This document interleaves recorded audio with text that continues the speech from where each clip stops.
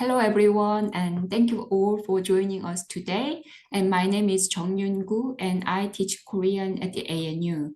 Today we are gathered here for the book talk titled Exploring Themes in Korean Young Adult Fiction Through Paint. Before we commence, I'd like to acknowledge the traditional owners of the land on which we meet today. And I also would like to pay my respect to elders, past and present. It is an honor to have Lee Hee-young, the author of Paint, with us today. And Lee Hee-young is esteemed author celebrated for her insightful teen novels. She has received several prestigious awards, including the first Kim Seung-ok Literary Award in 2013 and the 12th Chanbi Prize for Young Adult Fiction. This event also serves as an open class for Korean 5 classes at ANU and the University of Melbourne, taught by Dr. Shin Ji-jung, which we have been engaging in reading activities with the Paint. Our moderator today is Joseph Oh, a final year student pursuing a Bachelor of Laws and Bachelor of Arts at the ANU. This session is divided into two parts. In the first session, our moderator Joseph Oh will provide an overview of the novel Paint and ask questions to the author. In the second session, student participants will recite a paragraph of novel they like and ask questions. Joseph? Thank you. I'll start to share my screen. Please let me know if that's visible to everyone. Okay, good.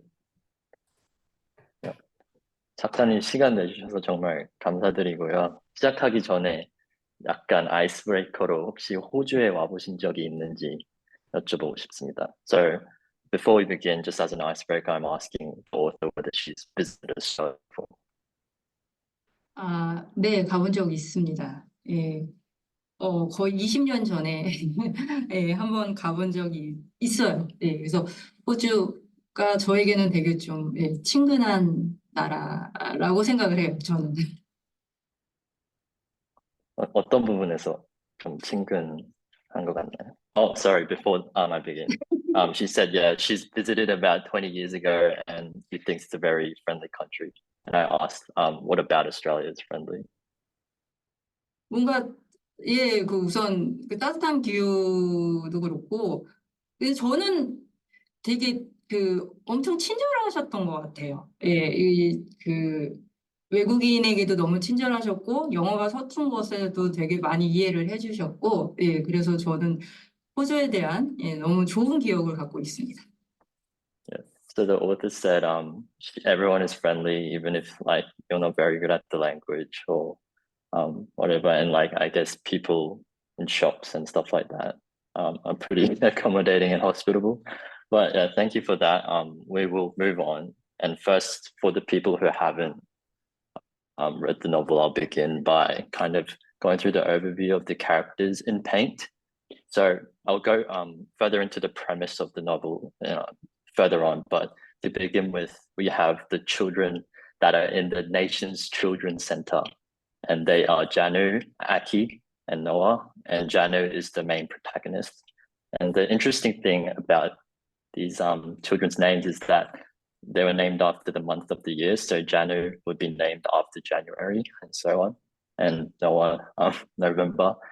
And we have the guardians, Mr. Park and Miss Choi, and the foster parents, the guardians are people who take care of the children in the NC Center, and the foster parents who do the parent interview process and are kind of candidates for future parents. So they are Sohana and Lee Hae-rum. So yeah, Lee Hae-rum.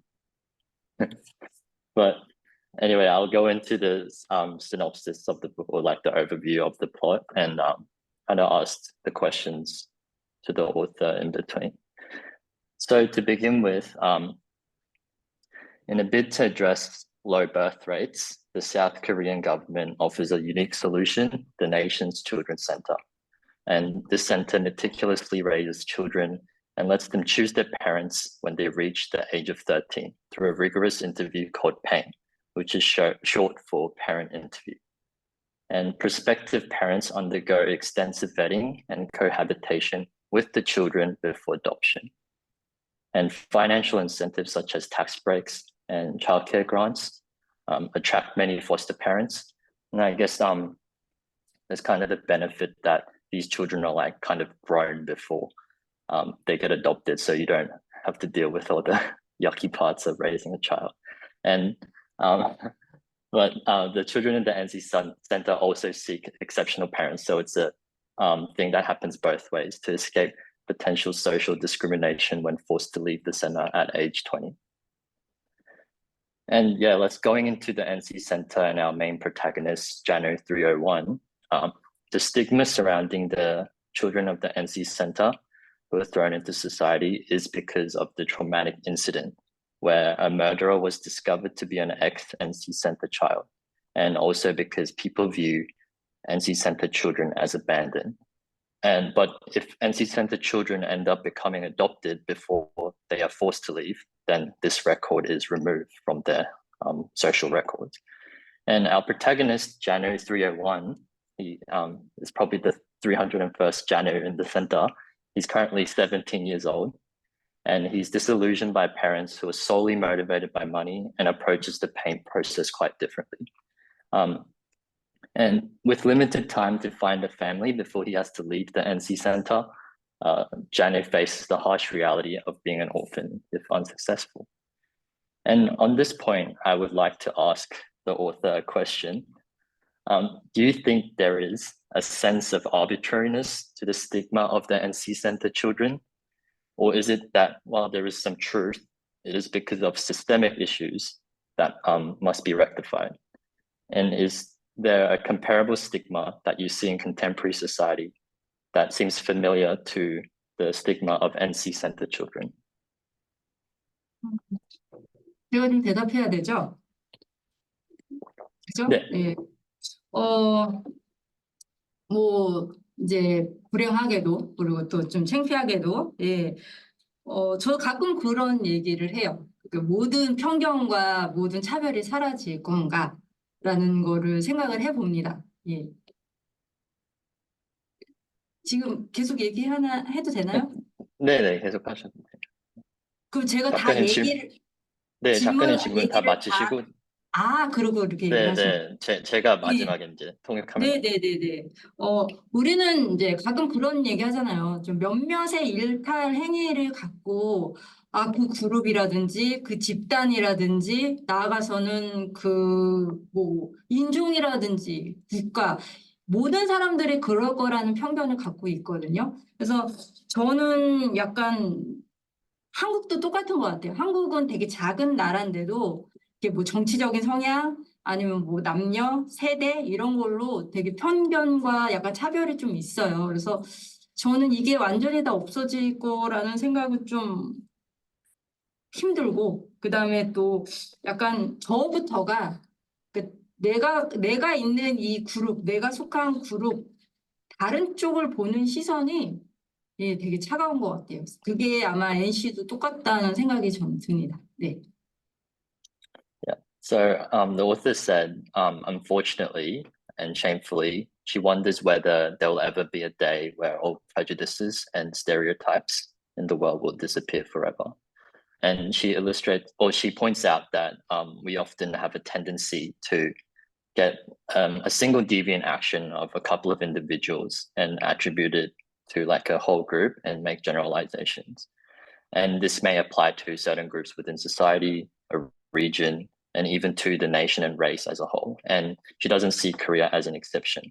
And she also said that Korean society still has deep kind of seated prejudices between people based on, let's say, region or political orientation. And within those groups, the walls of prejudice are quite high. And she thinks that's kind of analogous to how people who have the NC Center stigma in society within the novel and also in reality. And everyone kind of has a cold perspective to those people. And I also have another question regarding slide, the NC Center and Jano 301, and it's that Jano 301 is quite a mature character. In the novel, he had a keen eye for spotting out parents who seemed disingenuous, and also was able to read the room very well, especially during his interactions with the guardians. What influenced him to be like this? And are there any factors or events you did not particularly mention in the book that you thought of when you were developing this character? 네, 제 생각엔 그 대부분의 청소년 소설은 이게 성장을 밑바탕에 두고 있어요. 예, 그래서 좀 뭔가 불완전한 주인공, 그 다음에 뭔가 좀 미숙한 주인공이 어떤 사건을 경험하면서 이제 성장해가는 단계, 이거를 많이 이제 그리는데, 물론 이제 제 다른 책도 좀 그런 게 있는데, 제 생각에 이 제누 301은 좀 그 공식에서 벗어났으면 좋겠다는 생각이 들었어요. 그 캐릭터를 깨고 싶어서 오히려 미숙한 게 아니라 이렇게 어른들을 위에 서서 그 어른들을 내려다보는 그런 캐릭터를 한번 창조해보고 싶었는데 사실 요즘 10대들이 그래요. 10대들의 이야기를 듣거나 하면 오히려 어른들이 많이 부끄러워지죠. 근데 그들이 뭐 환경 문제, 기후 문제, 하면 뭐 정치나 경제 이런 것들도요. 그들의 이야기를 들으면 가슴이 뜨끔할 정도로 좀 날카롭습니다. 그래서 제 눈은 이제 그런 캐릭터로 만들고 또 사실은 이 캐릭터가 지금의 10대, 지금의 젊은 세대라고 저는 생각을 해요. 네, 그렇습니다. 네.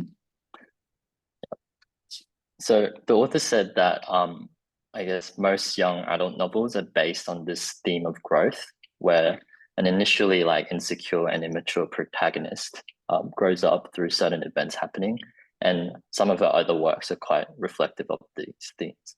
But with Jano 301, the author wanted to kind of break this stereotype, break this formula of coming of age or coming to age story, and she kind of wanted to create a cynical character who kind of looks down on adults and ridicules them.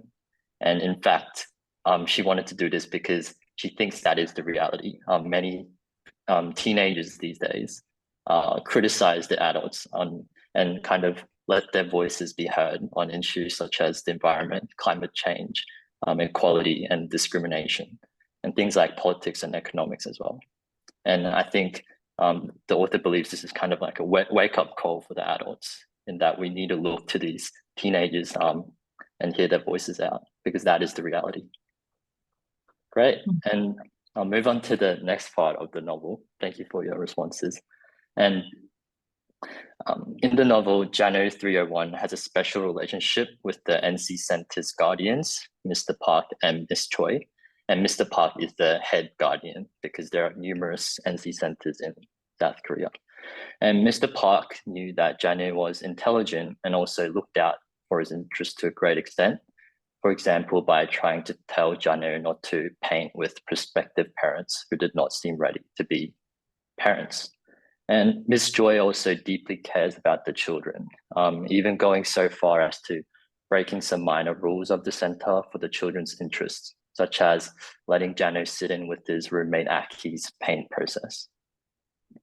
Now, the question that I have for the author regarding this point is that, do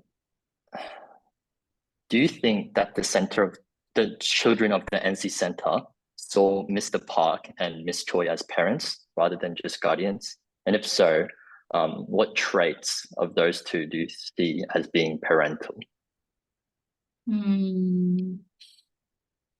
지금 제누 301은 약간 예민한 성격이죠. 예, 예민한 캐릭터이기도 하고요.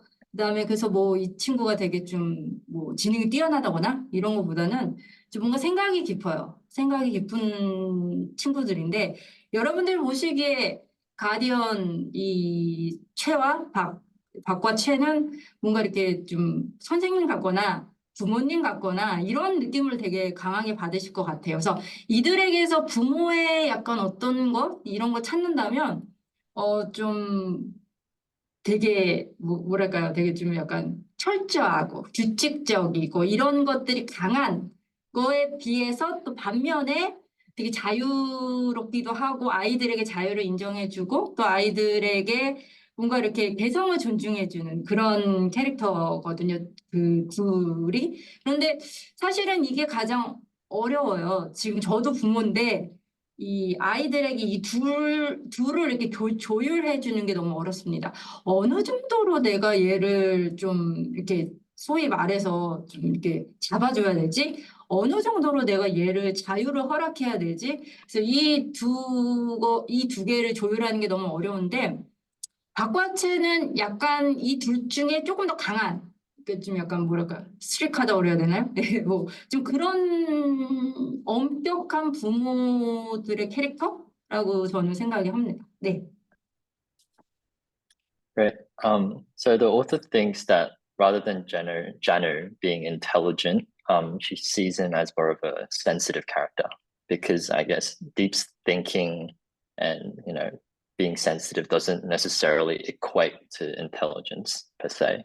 And Mr. Park and Miss Choi of NC are guardians or protectors, but to the readers, they may kind of come across as being parents or teachers.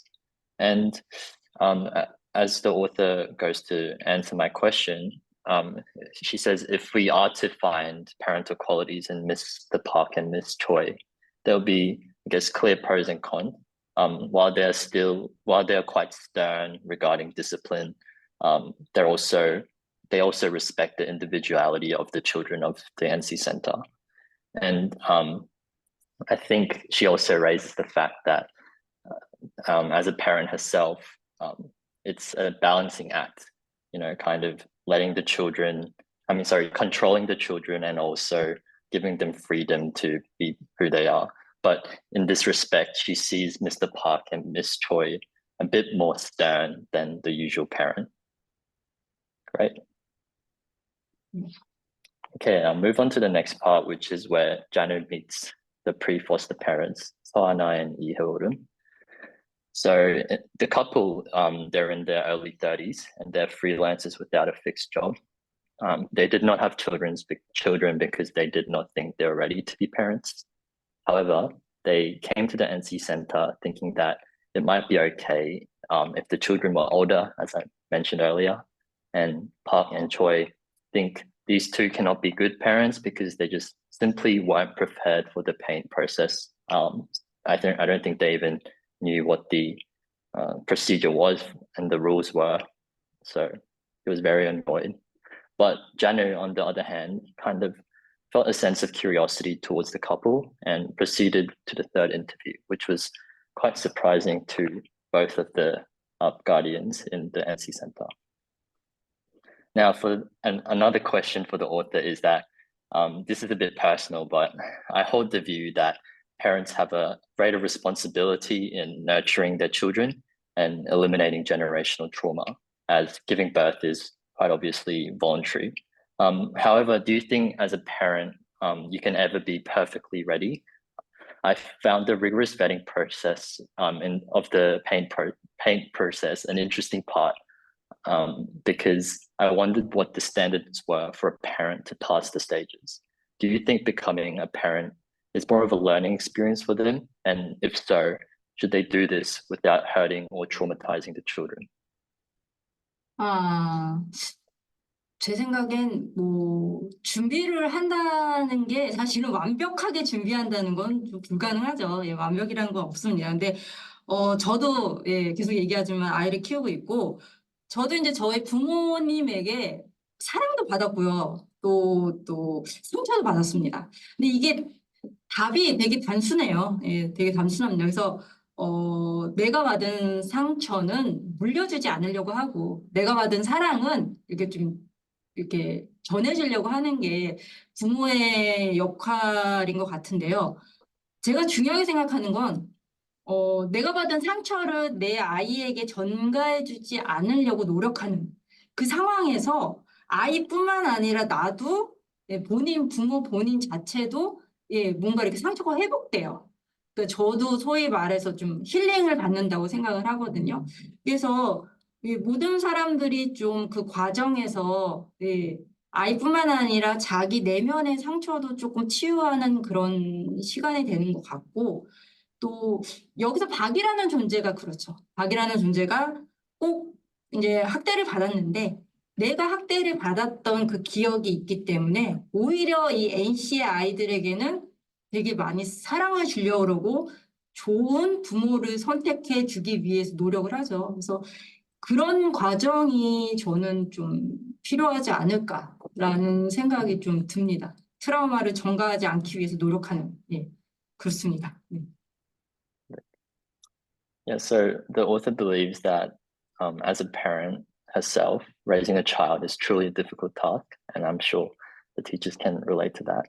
And she can relate to the point that I made because she too was hurt by her parents, and despite having loved them a lot.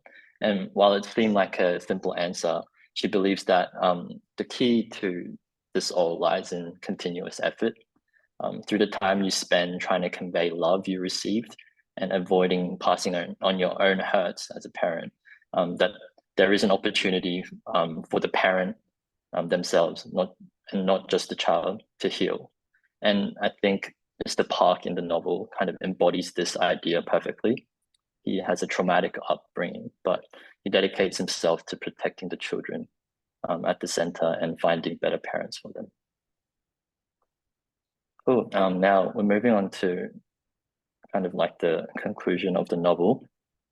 But after the third interview, surprisingly, Janu decided to become closer friends with the couple rather than becoming family.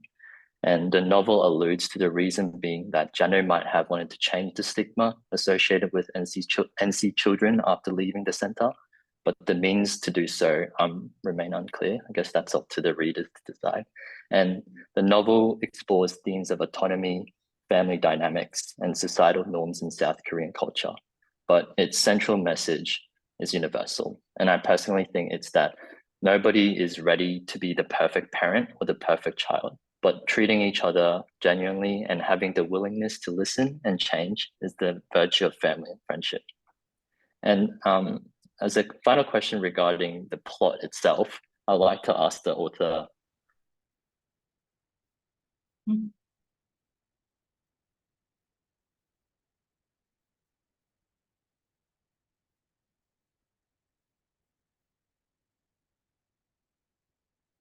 질문한 거 아니죠? 네. 지금 화면이 멈춘 것 같아요, I think. 예. As his parents. Joseph, could you tell me again? Yeah, sorry. Internet connection was not good. Yeah. From where did I cut out? Just can you start the question from the beginning? The whole question? Yeah. Yeah, sorry. So Janu 301 at the end of the novel decided not to choose Soana or Yeorim as his parents. And while there is the reason that he might have wanted to change the stigma associated with NC children after leaving the center, were there any other reasons why Janu did not choose the two as his parents? 뭐 간단합니다. 우선 제노는 자기도 좋은 아이가 될 자격이 없다, 뭐 이렇게 자신이 없다라고 생각을 해요. 그러니까 왜 우리에게 좋은 부모를 뭐 우리는 좋은 부모를 선택할 수 있잖아요. 그러니까 왜 그런 자격 조건을 어른에게만 부여하느냐. 나도 좋은 아이가 돼야 된다. 근데 그럴 자격이 없다라고 생각을 해서 얘기를 했고, 그게 이제 첫 번째 이유고, 또 두 번째 이유는 제노는 아까 말씀드렸다시피 자기 목소리를 가진 아이예요. 그래서 내가 NC에 대한 뭔가 차별적 시선이 있더라도 내 목소리를 사회에 나가서 얘기하고 싶다. 내 온 목소리로 이런 생각을 하기 때문에 마지막에 이제 하나와 헤어룸과의 그런 관계를 끊어낸 거죠. 네, 그렇습니다.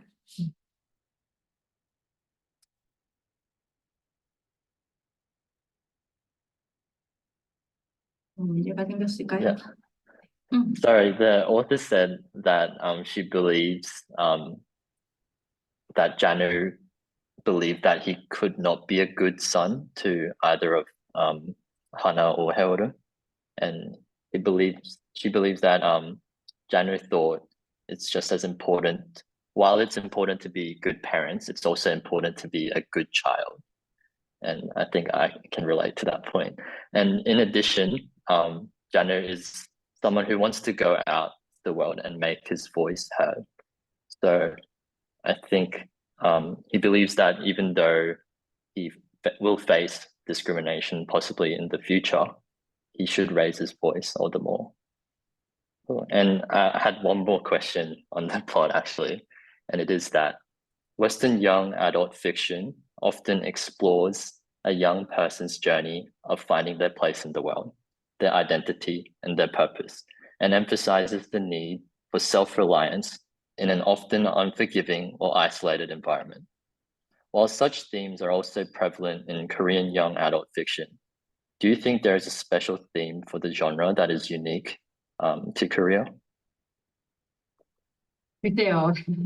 예, 한국 소설의 이제 뭐 화두라고 그러죠. 저름을 화두라고 그러는데 그거는 경쟁이라는 생각이 들어요. 이게 참 좋은 말은 아닌데 아시는지 모르겠지만 한국의 대학교를 들어가는 거는 정말 엄청납니다. 엄청난 경쟁이 필요해서 이제 그 과정에서 아이들이 이제 좌절하고 그다음에 또 분노하고 자기한테 실망하고 그리고 성적에 대한 것 때문에 이제 부모님 가족과 불화가 있고 또 친구에 대한 경쟁심도 대단하거든요. 그래서 사실은 과거서부터 지금까지 이 대입과 경쟁과 점수 이런 것들에 대한 청소년 소설이 계속 반복돼서 나오고 있어요. 이거는 여전히 아직도 한국에서 그 문제가 해결되지 않았다는 거거든요. 그래서 저는 이게 한국 청소년 문학의 하나의 주제지만 또 한편으로 보면 또 한국 사회의 좀 불행이 아닐까라는 생각이 좀 듭니다. 네. Yeah, 감사합니다. So one of the things that one of the unique themes of Korean young adult novel is competition. And as some of you may know who have studied Korean society and culture, is that Korean college entrance exams are truly brutal. And to exaggerate slightly, there are cases where children are pushed to their limits. And in this process, the frustration and anger, conflicts with the family due to grades or competition between friends, and excessive stress arise. Now, these stories have become a prevalent theme in Korean young adult literature, and it still continues, unfortunately, in Korean culture and society. And I believe that the author sees this as a huge tragedy rather than a characteristic of Korean literature that would want to kind of preserve, I suppose. So that's it for like the plot-related questions. And I just had further questions to the author regarding her work. So my question is that, do you have anything you want to say to the readers of your work? For example, what do you want people to consider when reading your novels? 이거는 이제 한국 10대들, 한국 독자님들에게도 되게 많이 받는 질문인데요. 저는 이제 대답은 딱 하나예요. 대답은 소설은 정답이 없습니다. 정답이 없어요. 그래서 자기가 읽은 게 정답이에요. 그래서 작가의 의도라든지 작가가 생각하는 주제, 내가 이걸 몰랐다고 해서 그걸 잘못 읽은 게 전혀 아니거든요. 그래서 예를 들어 페인트를 지금 많은 분들이 읽어주셨는데 각자의 읽은 그 감상, 느낌, 이게 저는 정답인 것 같아서 소설은 읽는 방식도 없고요. 무슨 이렇게 읽어야 된다는 법칙도 없는 것 같습니다. 네, 자유롭게 읽어주세요. 네. Yeah, so the author said she often gets this question from Korean teenagers, and her answer is always the same. Novels are stories, and there are no right or wrong answers. And not knowing the author's intended theme or not feeling it is not wrong at all. So novels are meant to be enjoyed. And the answer is what you feel after reading them all. So I guess she emphasizes the subjectivity of the reading experience. And she hopes that all those who have read Paint will have their own impressions, and that is the message and the answer. And another question is that what is your general outlook on young adult fiction? What aspirations do you have about its influence on society, and especially on young adults? 글쎄요, 뭐, 제가 생각하기에, 그래도 감히 이제 제가 말씀드리고 싶은 거는, 인간의 내면, 인간이라는 것을 표현하는 데는 아직까지는, 저는, 책과 글과 이제 소설밖에 없다고 생각을 해요. 그래서 제가 한국 10대들을 되게 많이 만납니다. 그럼 가끔 이제 소설을 읽으면서, 이거 내 얘기였다. 라고 얘기를 한다거나, 나도 이것과 똑같은 고민을 갖고 있었는데, 이 주인공을 보고서 나도 어떤 힌트를 얻었다. 내 문제 해결할 수 있는 힌트를 얻었다. 이런 걸 되게 많이 듣거든요. 그래서 소설이라는 게 제 생각에는 가족이나 친구에게도 말하지 못했던 고민을 오히려 소설 속 주인공을 통해 그 힌트를 얻는 경우가 되게 많습니다. 그래서 소설 10대들의 이 세상 모든 청소년 소설은 10대들의 친구 그리고 조력자이고 또 어떻게 보면 또 이제 길을 찾아갈 수 있게 하는 그런 이정표 같은 존재인 것 같아요. 그래서 많은 분들이 좀 사랑을 해주셨으면 좋겠습니다. 네. So the author thinks that books and novels are still the best way to show the inequalities of teenagers and I guess humans in general.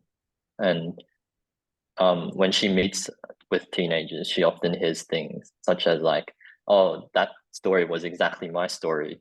The author must have been like reading my mind or something." Or or another thing like, "I was also worried about like a problem, but this novel or the character that went through a problem in this novel, I could really relate to, and the problems resonated with me."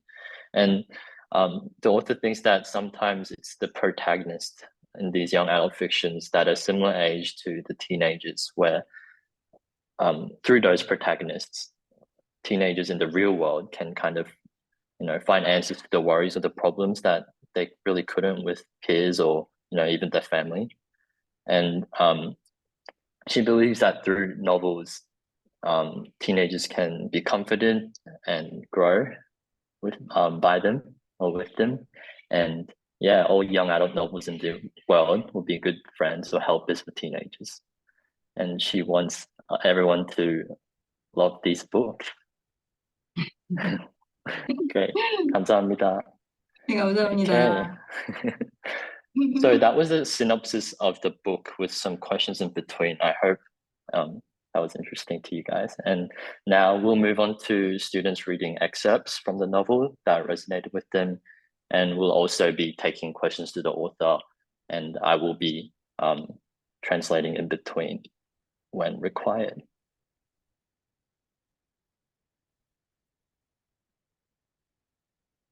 So I think the first person that is up is Fiona. 네, 안녕하세요. 안녕하세요. 시작.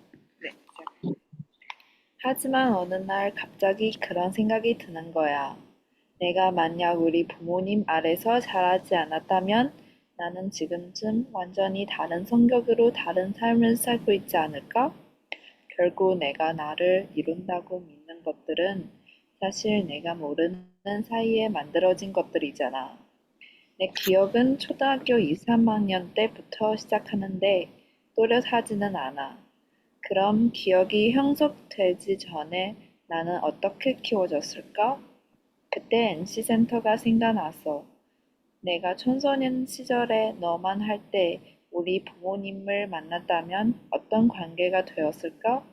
사실 나는 엄마한테서 상처를 많이 받았거든.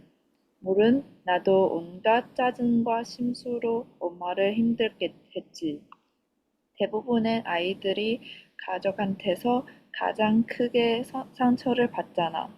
그래서 우리는 아이를 낳지 않기로 한 거야.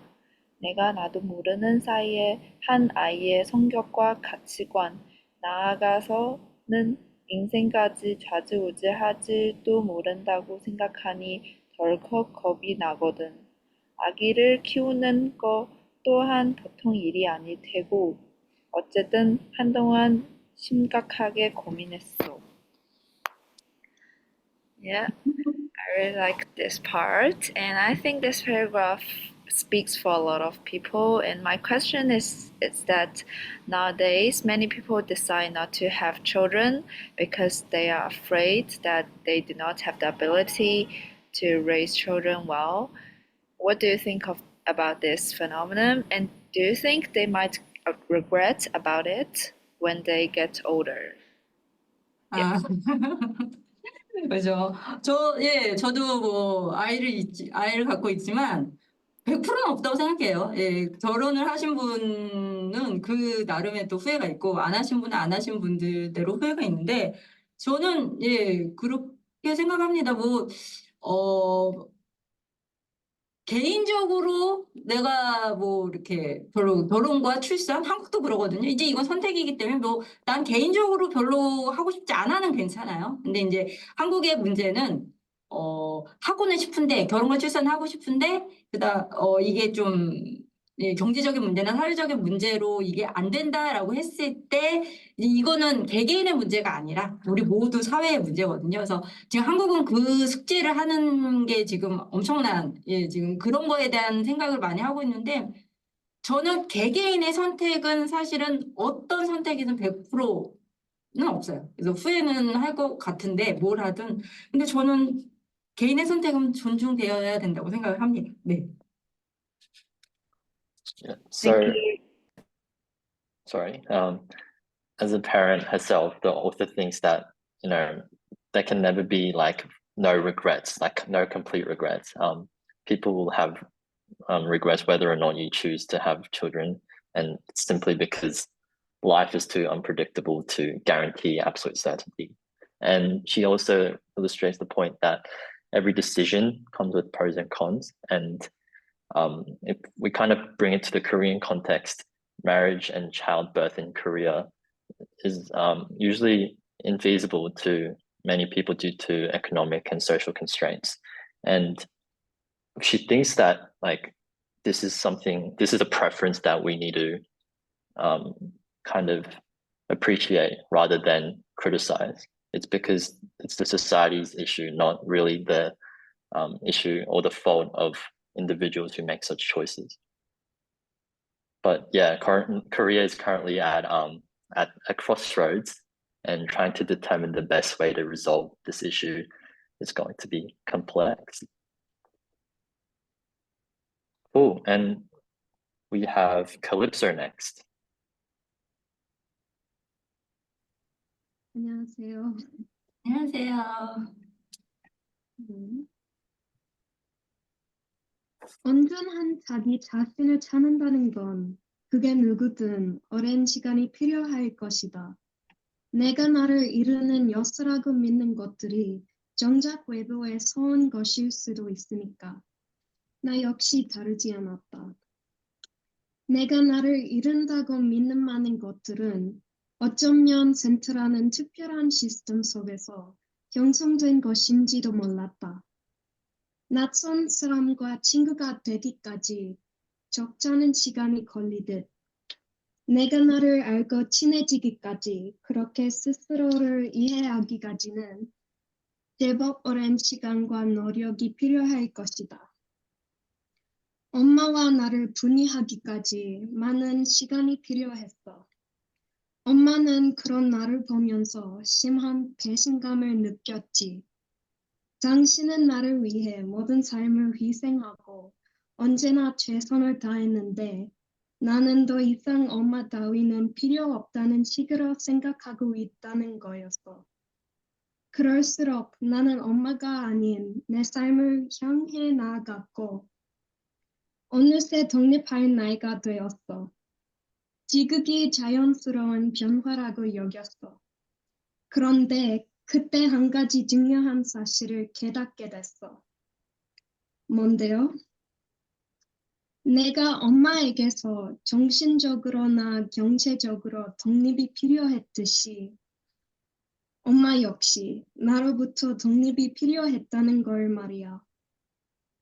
독립이란 성인이 된 자녀가 부모를 떠나 자기 힘으로 살아가는 것이라고 생각했다. 그러나 하나의 말처럼 어쩌면 부모 역시 자녀로부터 독립할 필요가 있는 건지도 몰랐다. 자녀가 오롯이 자신의 모습으로 살아가는 걸 부모에 대한 배신이 아닌 기쁨으로 여기는 것. 자녀로부터의 진정한 부모 독립 말이다. I think this section particularly resonated with me because I definitely agree that in order for children to learn this important skill of independence, I think parents also need to learn how to separate themselves and learn that independence for themselves. And in terms of my question, I was wondering, especially in a country like Korea, where there's typically quite a mutually dependent relationship between parents and children, what are some of the potential negative consequences if a parent can't learn how to distance themselves from their child and become independent from their child? 되게 좀 창피한 말인데요. 얼마 전까지 한국에서 유행했던 말 중에 뭐가 있었냐면, 헬리콥터 맘이라는 게 있었어요. 헬리콥터 맘이라고 해서, 같은 성인의 자녀 주위를 맴돌면서 그 아이를 계속 컨트롤하려고 하는 부모에 대한 이야기가 사회적 문제가 된 적이 있었거든요. 근데 다 큰 아이인데도 그 아이를 컨트롤하려고 하는 그 부모들이 이제 점점 늘어나고 있어서, 이거는 사실은 오히려 아이를 독립시키지 못하기 때문에 그래서 조금 과장되게 말하면 또 하나의 학대 중에 아닐까라는 생각이 들어요. 어느 정도 성인이 되면 아이를 독립시켜야 되는데 그렇게 못하니까, 그거는 부모뿐만 아니라 아이에게도 되게 안 좋은 영향이 있어서, 저는 독립을 못한 부모는 좋은 점이 거의 없다라는 생각이 듭니다. 네. 네. Yeah. So the author said that recently in Korea there has been like a kind of like a phrase or like a word that's been used, which is called helicopter mom, and it means that even though your child is fully grown, you're kind of like hovering around the child and kind of trying to control him or her. And I guess it's kind of similar to like being a mama's boy or things like that. And she doesn't think there's anything good about not being able to let go of your child and letting them be independent, because while exaggerating slightly, it might be another form of child abuse. So it's not, good for the child nor for the parent. So there are no pros, or it's just full of cons, is what the author has said. Right. Now, is that all for Calypso? Is that all your questions? Great. Then we'll move on to Kate, if Kate is here. 안녕하세요. 안녕하세요. 발소리만 들려도 술 냄새만 풍겨도 무서워서 숨이 막혔어. 아버지는 내게 고인이었고 괴물이었고 악마였어. 그런 괴물이 지금 늙고 병들어 뼈만 남은 미래가 되어 있더라. 박은 그 늙고 병든 빈 꼭대기만 남은 아버지를 만나고 온 곳이었다. 나의 2차 페인트 날에. 위세가 그랬어. 한 달을 넘기기 어렵다고. 박이 발소리 같은 웃음을 흘리며 말했다. 그 말을 듣는데 기분이 이상하더라. 그렇게 아버지가 죽기를 바랐는데, 어서 세상에서 사라지기를 기도했는데, 그런데 왜 웃음이 나오지 않지? And I just think that this passage really depicts the tumultuous relationship between a child and their abusive parent, which is a lasting wound from such abuse. For example, even though just as Park had wished for so long his father is dying, he still cannot seem to get that sense of relief. And so that leads me just to sort of a very broad question. What was your inspiration for the book, particularly with such relationships between parents and children?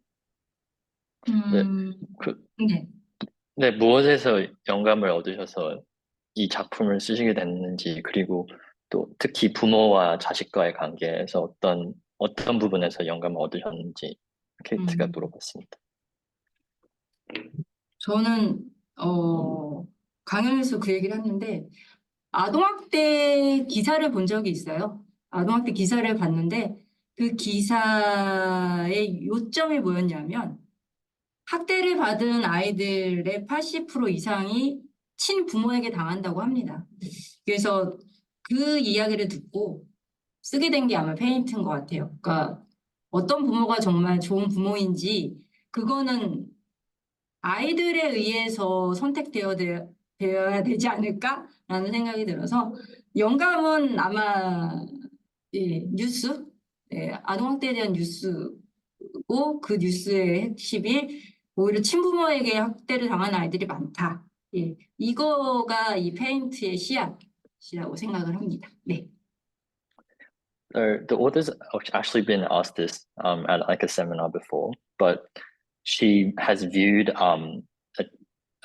let's say like a news story, like an article regarding child abuse, and the bottom line of that article was that around 80% of the children who suffered from abuse from their parents experienced that abuse from their like biological parents. So it wasn't in like a foster parent relationship or situation when this occurred. So this kind of gave her the inspiration to talk about the issues prevalent in pain, and she thought about what it is to be a good parent, and isn't it really up to the child to kind of choose what a good parent is, or how a parent should act? Yeah, but at the end of the day, it was the news story that gave her the inspiration. Great. Now we'll move on to Isabel. 안녕하세요. 하세요. 그러면 새로운 가족을 이룬다는 건 어떤 보이지 않는 인연이 있기 때문일 것이다. 우리는 더 좋은 부모, 더 능력 있는 부모를 기다리는 게 아닐지도 몰랐다. 그저 나와 인연이 닿는 누군가를 기다리는 것뿐일지도. 탯줄처럼 신비한 끈처럼 이어진 누군가를 말이야. My question for this, I think personally, I believe that the concept of like inyon, which I guess is like translated to fate or feelings, but then also time together and like genetic factors all determine your family. But Jenu in this passage kind of recognizes and realizes that only fate and this like unseen connection determines who your family is. And I think that possibly could be based on the idea that he's given that agency to choose his parents, when obviously with our relationships in reality, we're not given that same agency. And I was wondering, as the author, if you resonate or agree with any of his points, or do you think that there are possibly other concepts other than just like this unseen connection that determines what makes a family? 한국은 특히 그 혈연 중심 가족이 되게 강해요. 예, 그런데 이제는 그게 점점 더 이제 흐려진다고 그래야 될까요? 그러니까 저 사실은 이 질문은 10대, 그러니까 한국 독자들도 이걸 물어봅니다. 그러니까 당시 생각한 진짜 가족이 꼭 혈연 중심이어야 되느냐? 근데 저는 이제 아니라고 보거든요. 그래서 그냥 제 개인적인 생각으로는 정말 가족은 진짜 가족은 그러니까 나를 이해해주고 나를 알아주고 나를 보듬어주는 사람들은 굳이 예, 혈연 중심이 아니더라도 예, 뭐, 하물며 예, 그죠? 뭐 굳이 이게 남녀가 아니더라도 예, 꼭 굳이 이성간이 아니더라도 혈연이 아니더라도 얼마든지 가족이 될 수 있지 않을까라는 생각을 합니다. 네. Yeah. So the author raises the point that in Korea, it's kind of emphasized that you need to have a blood relationship or biologically related to someone to be considered family. But even in recent times, this concept is kind of, becoming less subscribed to, I suppose. And you don't necessarily have to be biologically related to be family. And to the author, she thinks that real family is those who understand each other and kind of comfort each other. So it's like a safe space that's made. And this doesn't have to be between, and sorry, a biological connection is not a necessary condition. And it doesn't, it doesn't have to be between like a different sex or like different genders. It's just those two qualities, such as like, being comforting and being genuine, and also being, like understanding of each other is what's really important for family. Cool. Next up, I believe we have Shrista. 안녕하세요. 안녕하세요. 아이는 부모의 필요에 의해 태어난 존재들 같아요. 필요에 의해 우리를 찾는 프리포스터들처럼.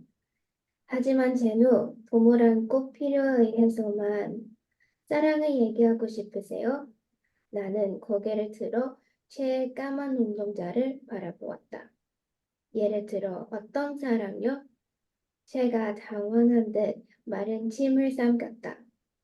너를 진심으로 위해주고 아껴주는 이게 다 너를 위해서야 하면서 사랑을 가장한 억압과 통제 같은 거요. 그것이 어떤 것인지는 정확히 알 수 없었다. 물론 NC에도 엄격한 규율과 통제는 있었다. 그러나 규칙을 어기지 않는다면, 남에게 피해를 주거나 폭력을 휘두르지 않는다면 이것의 가디들은 우리가 무엇을 하든 자유롭게 내버려 두었다. 실은 네가 아닌 나를 위해서란다. 솔직하게 실토하는 게 낫지 않을까요? So I think that this section resonates me the most because it examines the fine line between parental love and protectiveness and oppression of the child's autonomy. So it comes to a question that does this conversation reflect the author's own view on parent-child relationships, and what do you think is the appropriate expression of parents' love towards their children, and like what is truly good for them? 네. 이건 뭐 가장 제뇌의 이제 냉소가 담겨 있는 부분이긴 한데, 맞습니다. 아이들에게는 이제 선택권이 없고요. 난 태어나고 싶어 해서 태어나는 친구들은 없는 것 같아요. 예, 그래서, 사실은 제가 생각하기에는, 문제는 이제 사랑을 주는 부모님들도 대부분 많지만, 문제는 이제 아이를 자기 소유물로 생각하시는 부모님들이 되게 많아요. 아까 말한 그 헬리콥터 맘 중에 하나가 그런 것 같아요. 그래서 마치 이제 마리오네트 인형, 꼭두각시처럼 내가 원하는 대로 움직이려고 하는 그런 부모들이 많은데, 아까 말씀드린 것처럼 그거는 사랑을 가장한 또 하나의 폭력이 아닐까라는 생각이 좀 듭니다. 네. So the author thinks that this scene perfectly captures the protagonist, Janu 301's cynical outlook. And she says that it's undeniable that children have no choice regarding birth. And most children are born into this world by the decisions of their parents. And consequently, some parents view their children as possessions, such as the helicopter moms that she's mentioned before. And they expect the children to conform to their every whim. And the author, in her opinion, thinks that this is nothing more than violence masquerading as love. Right. And next up, we have Claudia, last but not least, I believe. 안녕하세요. 안녕하세요. 시작하겠습니다. 며칠 전에 정말 괜찮은 사람들이 우리 센터에 부모 면접을 신청했어. 아직 검토 중이고 절차가 남아있지만 박은 제 누나를 생각하고 있는 것 같아. 저 3차 면접 진행할 건데요. 내 말이 끝나자마자 제가 인상을 찌푸렸다. 직접 보고도 몰라? 너를 단순히 글쓰기 소재로 생각하는 사람들이야. 더군다나 감정 기복이 심하고 불안정해 보이고 그래서 좋은 거예요. 제누, 부모와 산다는 건 어려운 거야. 너처럼 영리하고 예민한 애는 더욱. 세상의 모든 부모는 불안정하고 불안한 존재들 아니에요? 그들도 부모 노릇이 처음이잖아요. 누군가에게 자신의 약점을 드러내는 건 그만큼 상대를 신뢰한다는 뜻 같아요. 많은 부모가 아이들에게 자기 약점을 감추고 치부를 드러내지 않죠. 그런 관계는 시간이 지날수록 신뢰가 무너져요. 네, 여기까지 하겠습니다. So when I was reading this, I felt like this is what I've always wanted to tell my parents, because most of the time, since our parents don't really want us to worry about them, they wouldn't really reach out to us whenever they're facing hardships or are in need of help. But I think that as we grow older and understand the world more, I resonate a lot with the saying, when sorrow is shared, sorrow is halved. So my question is, do you think with your own child, you'll be able to share all your weaknesses or hardships with them? 네. 제가 이제 이 질문을 보고 먼저 생각했던 건, 세상 모든 부모들은 비슷하구나, 이거고, 저도 티네이저 아들이 있습니다. 그런데, 솔직히 말씀드리면, 이제 그 아들은 저한테 관심이 없어요. 그래서 별로 제가 힘든 거라든지 저의 약한 모습을 이렇게 좀 얘기할 기회는 많이 없습니다. 근데 저는 우선은 많이 들으려고 해요. 많이 듣고 그 친구의 이제 고민이나 이런 거 듣다 보면 나중 되면 또 이제 이 친구도 조금 더 크면 저에 대한 이야기에 관심을 갖지 않을까. 그때 되면 이제 또 좀 허심탄회하게 솔직하게 얘기할 수 있을 것 같아요. 네. Yeah, so the author completely relates to this question because she herself has a child and he's in his teens, and she thinks that all parents are in the same boat. Her teenage son doesn't exactly shower her with attention, and they don't often get to share their vulnerabilities or hardships. But what matters is that they do talk a lot. And through these conversations, they gradually start to open up to each other about their struggles. Great. So I think, yeah, congratulations. I mean, good job on all the reciting the excerpts. That was very impressive. I'm pretty sure the author is impressed. 작가님 혹시 소감 한 말씀 해주실 수 있나요? 감상이라고 해야 되나? 우선 학생들의 너무 놀랐어요. 발음 너무 좋아요. 네, 그 발음을 진짜 거짓말 안 하고 한국 학생들이 제 거 읽나 할 정도 너무 좋았어요, 진짜. 그래서 발음 너무 좋고 정말 그냥 한국 친구들이 제 책의 한 부분을 그냥 읽는구나라고 생각될 정도로 발음이며 감정이며 너무 좋고. 예, 너무 판타스틱합니다. 그리고 저에게 너무 큰 선물인 것 같아요. 너무 잘 들었습니다. 감사합니다. 네. Really? Yeah, she said your pronunciation is top notch, top class. She's happy that people in Australia, especially students, are reading her book and engaging in it at this level. And 그럼 제가 마지막으로 작가님 제가 드리는 질문을 먼저 하고 외부 참석자들에게 오픈을 하겠습니다. 네. what plans do you have for your work in the future? Is there anything you want to write about? 글쎄요, 뭐 제가 저번에 말씀드린 것처럼 그냥 이거는 특히 뭐 페인트 같은 경우는 이제 오히려 10대들보다는 그 부모님들에게 되게 인기가 많은 책이에요. 그래서 아이들이 좋은 부모를 선택하는 책을 썼으니까 이제 좋은 아이가 되는 법 이런 거를 예, 써달라고 얘기를 합니다. 뭐 저희 아들은 별로 좋아하지 않을 주제지만 예, 그래서 뭐 재밌을 것 같아요. 그래서 그걸 한번 생각해 보는 거 있습니다. 네.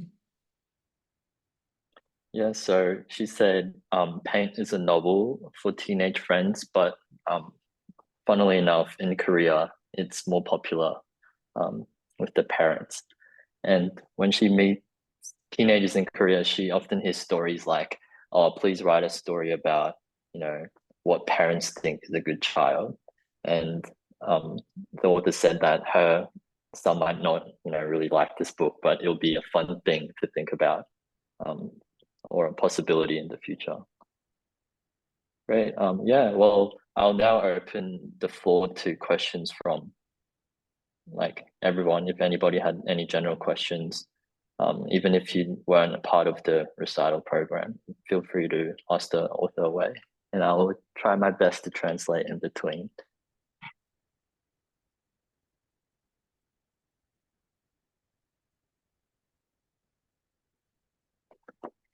Is that Min? Do you have a question? Yeah, go ahead. I think you're muted. Yeah. Hi. So my question for the author, which is, I think is a little bit personal. So in reference to chapter 9 of Paint, I want to ask the author if you had full control over what you wanted to do when you were growing up, or did you always have to follow what your parents told you to do? And also, in most of Asian countries, there's this thing which is like filial piety, which is like the love that the children have for the parents and like the responsibility that they have to pay back to their parents for raising them. So if like if parents use that to like control the child over what they need to do, if you were in that situation, what would you tell your parents to convince them that you have your own autonomy and that even though you do what is different from their expectations, you still love them? 네, 굉장히 좀 개인적인 질문이긴 한데, 작가님께서는 혹시 이제 잘하시면서 부모님이랑 의견이 맞지 않으신 부분이 있었는지, 뭐 장래라든지 그런 부분에 대해서, 네, 그리고 또 동방국가에서 좀 뭐라 그래야 되지? 많이 보이는 게 이런 효도라는 개념이잖아요. 근데 외국에는 잘 없지만 서양 문화에는. 근데 만약에 부모님이 이 효도라는 개념을 통해서 만약 자기 자식을 이렇게 컨트롤하려고 한다. 그러면은 그 자녀로서 어떻게 대답을 해야 되는지 궁금하다고 합니다. 네, 반응을 해야 되는지. 네. 네, 뭐 우선 저희 부모와 저 사이는 정말 많은 트러블이 있었고요. 그래서 근데 제 세대부터, 그러니까 제 윗세대가 아닌 제 세대부터는 좀 자기 주장이 강한 세대로 컸어요. 그러니까는 무조건 아까 말씀하신 것처럼 동방예의지국이니까 무조건 효에 따라야 된다라는 그런 개념이 제 생각에는 저희 세대부터는 조금씩 차츰 흐려졌던 것 같아요. 그래서 지금 제가 아이를 키우고 있지만 지금 저는 아예 효라는 개념 자체를 아이들에게 주입시키거나 아이들도 그걸 받아들이지 않고요. 이건 자연스러운 거다. 내가 그냥 우리 부모님은 사랑하는 거지, 내가 꼭 효도를 해야지 이런 개념은 사라졌고 그 개념이 조금씩 흐려진 게 저희 세대거든요. 그래서 저는 지금 뭐 서양, 동양을 떠나서 이게 조금 자연스러워진 것 같아서 요즘은 각 세대마다 각자의 이야기를 되게 잘 하고 주장을 좀 잘하는 그런 시대예요. 그래서 저는 특별히 뭐 저도 문제가 그렇게 많지는 않았지만 저희 아이하고도 그 효에 대한 문제 때문에 뭔가 트러블이 생길 것 같지는 않습니다. 네. 복잡하게 얘기했는데. 네. 네. 예. Give me a second. Yeah, so well, while the author was growing up, she had a lot of trouble with her parents. But even still, like her kind of generation, this concept of like filial piety, or I can't pronounce it properly, hasn't, kind of diminished compared to like the earlier years, let's say like our grandparents' age, I suppose. And she grew up in a generation where the kind of ideas or expressions were like more freely expressed, and it was more strongly expressed. So this concept of having to, give back to your parents has diminished quite a lot in Korean society.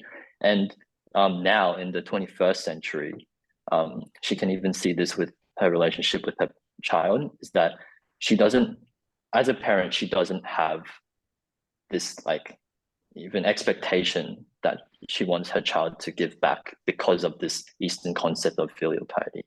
And it's completely just disappeared. And she doesn't think that there will be a case where it will become an issue, if that answers your question. Thank you. I also have one more question. This is my last one. Yeah, fire away. Do you think that there is a possibility that the NC Center will exist in the future in real life? 네. 네네. 또 통역 안 해도 되나? 네네. 이거는 한국에서도 많이 물어봐요. 이게 미래에 이게 진짜 생길 거냐? 그죠? 그걸 물어보신 거죠? 근데 생기면 안 되죠. 제 대답은 항상 그렇습니다. 만약 미래에 그러니까 지금 이제 한국 문제예요. 아이를 많이 낳지 않아서 무조건 아이를 낳아라. 그럼 우리가 아이를 키워주겠다. 이건 아니고 아이를 낳을 수 있는 환경을 만들어줘야 돼서 저는 과연 미래는 존재하지 않을 거고 존재해서도 안 되고라고 생각을 합니다. 네. So the author said that she's received many of this question many times, and it's not really the case of like, does she think it will exist? It shouldn't exist, is what she said, on a normative basis, I suppose. And she believes that rather we should strive to foster the environment where people want to have children, rather than saying, all right, pop out a kid and we'll raise it for you. Yeah. I guess that's it. Yeah. All right, we still have some time left for the further discussion. So, and I believe the author is very, open to any sort of questions. So don't hesitate and feel free to fire away. Yeah. 구 선생님 혹시 질문 있으신가요? Thank you so much for thank you so much for your talk. I really enjoyed it. And I have two questions. And the first one is, I know you wrote the Paint 2. The title is Monitor. 네네네. And could you tell me why you chose the title Monitor? And also, I'd like to know why you wrote the conclusion of that novel, Monitor That Way. And that is my first question. And the second question is, I know you have written several books, and for example, Definitely Paint. Oops, Paint. And the other is 소금 아이. And third one is Nana. And the recent one is this one, is hard to translate in English. 여름의 귤을 좋아하세요? This one.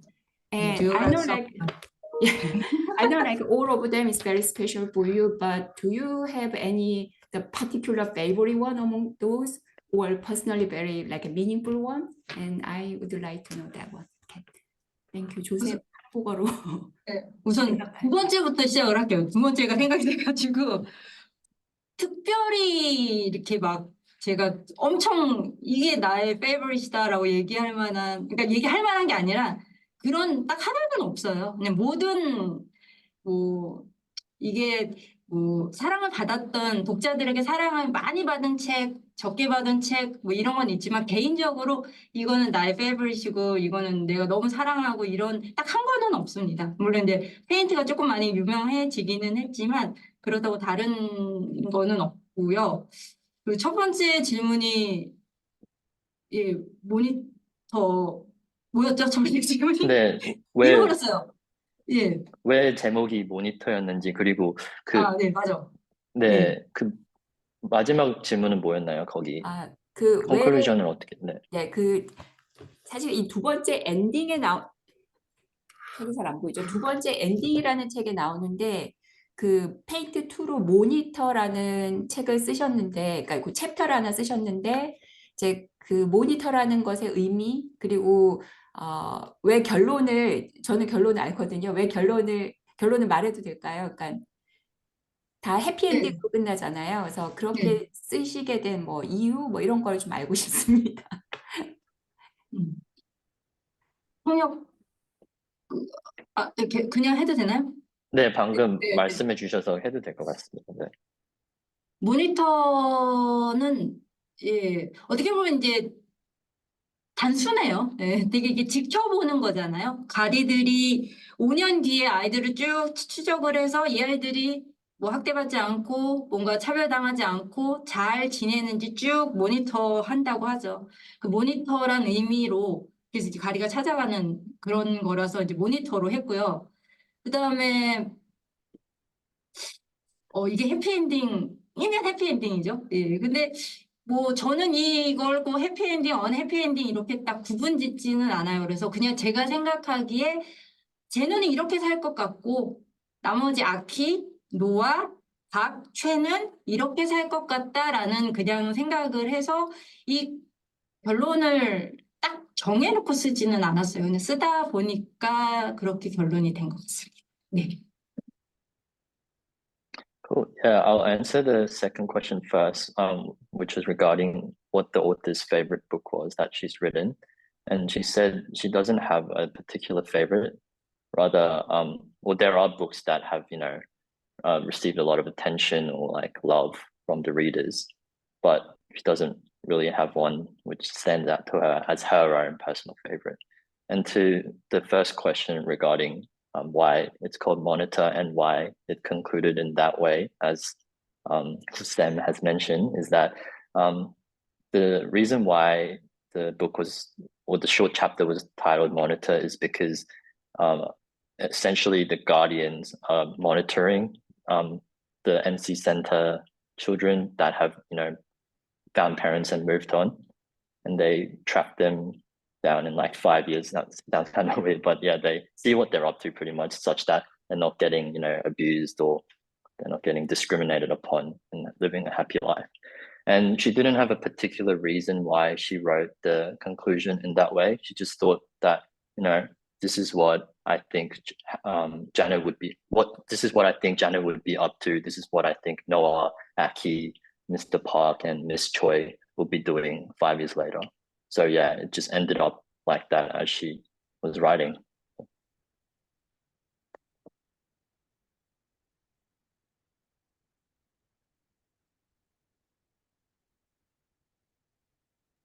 Yes, Aditi. Hi. Thanks for moderating the whole thing, Joseph, and thank you to the author, of course, for all of her insightful comments. I guess this is a question more about the writing than it is about the content itself. Since we have mentioned that a lot of her books are about teenagers and children, and she's kind of talked about how there are differences, generationally between her when she grew up and things like that. I was wondering, like, if there's anything particularly hard about writing children, especially from their perspectives when it comes to writing dialogue and things like that, and whether she's maybe ever been given feedback that's like, well, no, kids these days don't talk like that or anything like that. 네, 작가님이 이제 청소년 소설을 이제 자주 쓰시잖아요. 근데 방금 얘기했다시피 뭐 세대 간의 차이 이런 게 있다는 거를 저희가 지금 얘기를 했는데 혹시 이제 장문을 하실 때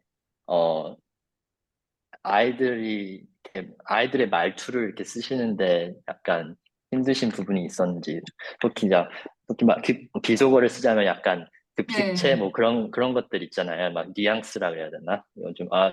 요즘 아이들은 그렇게 말 안 하는데요. 그러면서 약간 어른들을 이상하게 보고 그런 부분이 있어서 네, 혹시 그런 부분에서 힘드신 점 있었는지 궁금하다고 합니다, 아디티가. 사실은 솔직히 말씀드리면 요즘 아이들이 쓰는 언어는 쓰지 않습니다. 네, 왜냐하면 이 책이라는 건 생명력이 길어요. 네, 그렇기 때문에 요즘 막 유행하는 아이들의 그 말투를 쓰면요. 1, 2년만 되면 그게 되게 올드해져요. 네, 그게 요즘 누가 이런 말을 써라고 해서 조금 뭐랄까 좀 한참 유행하는 말, 유행하는 그런 뭐 요즘 유행하는 컨셉 이런 걸로 접근하지는 않습니다. 그런데 그렇다고 뭐 제 세대가 썼던 언어 이런 것들을 쓰는 게 아니라 그냥 정말 뭐라 그럴까요? 그 노멀하다고 해야 되나요? 그냥 그런 한국어, 그냥 일반적인 한국어를 쓰려고 얘기를 해요. 근데 굳이 그런 것들을 쓰지 않아도 그 상황이나 심리 묘사를 통해서 지금 10대들의 아이들의 이야기는 쓸 수 있을 것 같다는 생각이 듭니다. 네. Yeah, so she believes that there's no like longevity to using trendy words or like slang, for instance, in teenage novels, because after 1 or 2 years it might just feel very old, but it doesn't mean that the author necessarily uses lingo from her generation either. She uses in proper Korean, as we'd like to call it, and I think she believes that even without using particular slang or vernacular language, it's perfectly fine to illustrate the innate qualities of teenagers or like what they're thinking or what they're feeling through language, pretty much, or like constructing the context and the setting. I hope I translated that well. Great. On my screen, I have Kate next for a question. Yeah, so I just have a question about the title, Paint. So I know it's for like parent interview, but when I first started reading the book, my first interpretation was that it had to do with sort of painting their future. And I was wondering if that was intentional or just like an accidental double entendre. Yeah.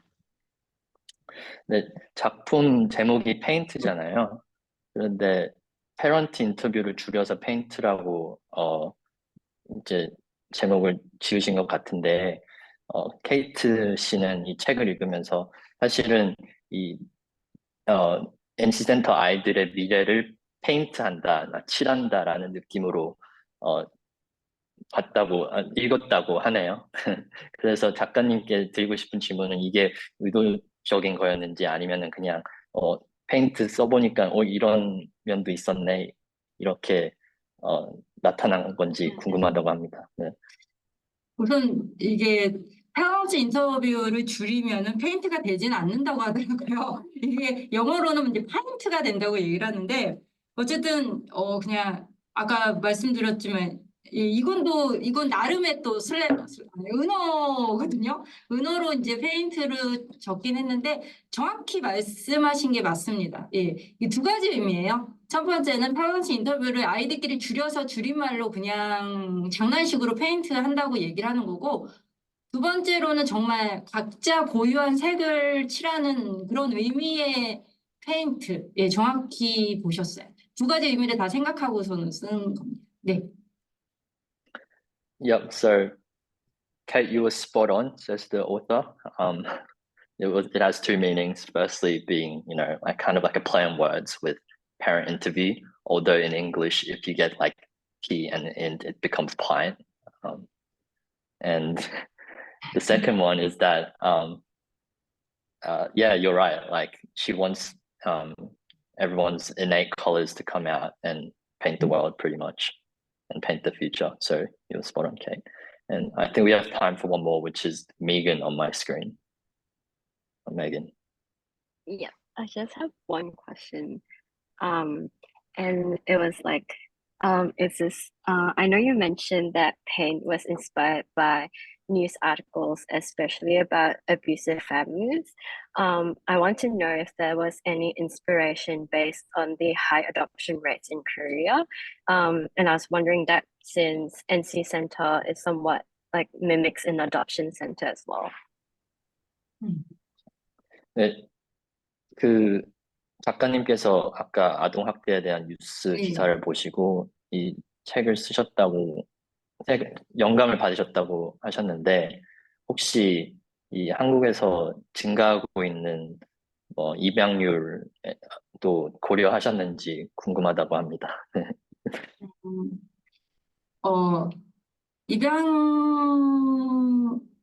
입양보다는 약간 그때 아동학대에 대한 거에 대해서 조금, 예, 좀 많이 찾아보기는 했어요. 그런데, 솔직히, 예, 맞습니다. 그러니까 한국에서도, 아까 말씀드린 것처럼 혈연 관계가 조금 이제 좀 그거에 대한 중요성이 점점 줄어들어서 사실은, 제 주변에도 있어요. 제 주변에도 이렇게 그걸 한국어로 표현하면 이제 가슴으로 나왔다고 얘기를 하거든요. 배가 아파서 나온 게 아니라. 그래서 그런 것들도 아마 생각은 해봤던 것 같아요. 근데 이제 좀 아동학대에 대해서 조금 더 집중을 했고, 입양에 대한 것들은, 예, 뭐, 예, 그것도 한번 생각을 해보기는 해봤던 것 같은데, 그거에, 그 아동학대만큼 막 심각하게 생각하진 않아요. 네. Yeah, so although she did consider it, it was kind of more in the periphery. So it kind of does relate to the point of the importance of blood relations diminishing in Korea, and we recently have, you know, developed a phrase that's called like, you know, giving birth through your heart. So it's not through, you know, your reproductive organs. It's like, yeah, I gave birth to my children through my heart because you adopt them, right? But at the end of the day, she did focus on child abuse more than the adoption rates in Korea. Yeah, great. Those are some very, very insightful questions. So thank you, everyone. And I believe it's time to kind of go to a closing. So as a final closing, I will ask the author whether she has anything she wants to say to the students and the people who are tuning in. 네, 작가님 혹시 마지막으로 저희 학생들과 듣고 계신 분들에게 하고 싶은 말씀이 있으신지. 네. Okay. From now on, can I speak English shortly? Because yes, I think it would be better to say this in English, even though I'm not good at English. But some of you guys or all of you guys read my book Paint in Korean language, right? So that's why I have to say thank you in English. I think, yes, thank you. Thank you very much for being with me today. Thank you for reading my book, and thank you for giving great questions. So if I have a chance, I want to go to Australia again. Yes. So I think it was a great time for me. So I hope it's been a great time for you too. So thank you so much. And finally, I want to say, I want my book, Pain, to be translated into English and read by many people. So it is one of my big dreams. So please make a wish, and I wish you all the best. Yeah. Thank you so much. Have a great day today. Thank you. 감사합니다. Yep, then thank you so much. I'll pass now on to Shinji-san for the closing. Yeah. Okay, thank you, Joseph. Everyone, please give a big round of applause to Joseph and Ihyung 작가님 and to you all. This was really wonderful. For those of you who don't know me, my name is Shinji Jeong. I'm the course convener of Korean 5 at the University of Melbourne. I'm jumping in now to close this event. Before I say goodbye to everyone, on behalf of the organizing team, I'd like to say a few words. Firstly, I'd like to suggest that we take a group photo, if you don't mind. So it will be really great if everyone turns their camera on, if they don't mind having their faces shown in the photo. And yeah, those of you who don't want to leave your faces in the photo, it's totally fine. Just leave your name on. And please change your name in the way that you want it to be appear in the group photo. So while everyone gets ready for the group photo, I'd like to express my thanks to a few individuals and organizations. This event has been kindly supported by the School of Culture, History, Language at ANU, and the Korea Institute at ANU, as well as Changbi Publishers in Korea. Without their generous support, we wouldn't have been able to have this fabulous event today. So big thank you. And my second thanks go to 백연재 선생님. Students from ANU and Uni Melbourne would not know Yeonjae very well, but he's the one who has been behind the scene from the planning and to the running of this event. So without his initiative and preparation, this event would have not been realized. I would also like to thank 부정윤 선생님 at ANU, who secured fundings from ANU, which is very important, as you can imagine, and put a great deal of work into helping Yeonjae with organizing this event. I also want to extend my great thanks to Joseph Oh for preparing for this event and chairing the talk. I'm really impressed not only by his exceptionally talented bilingual skills, but also by his sharp interpretations of the fiction and questions that he put forward on behalf of everyone. So you did a really great job, Joseph. Thank you. And my biggest thanks go to 이희영 작가님.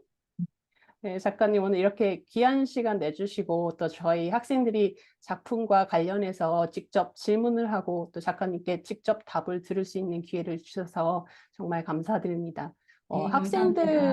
학생들에게뿐만 아니라 저한테도 이게 작가님이 작품을 통해서 던져주신 질문에 대해서 한 번 더 깊이 생각해 볼 수 있는 아주 의미 있는 시간이었습니다. 감사합니다. 감사합니다. 네, 그리고 창비의 김영선 차장님, 김도현 대리님 오늘 이거 세팅하는 거 도와주셔서 또 감사드린다는 말씀 드리겠습니다. And finally, to all of you who attended today, thank you for being part of this book talk. And special thanks to Calypso, Isabel, and Claudia at ANU, and Fiona, Kate, and Trista at Uni Melbourne for reading your excerpt and sharing your thoughts and asking questions in the talk.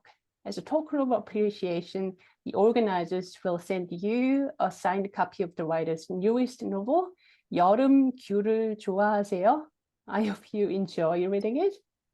So I think everyone is ready for the group photo. Yeah.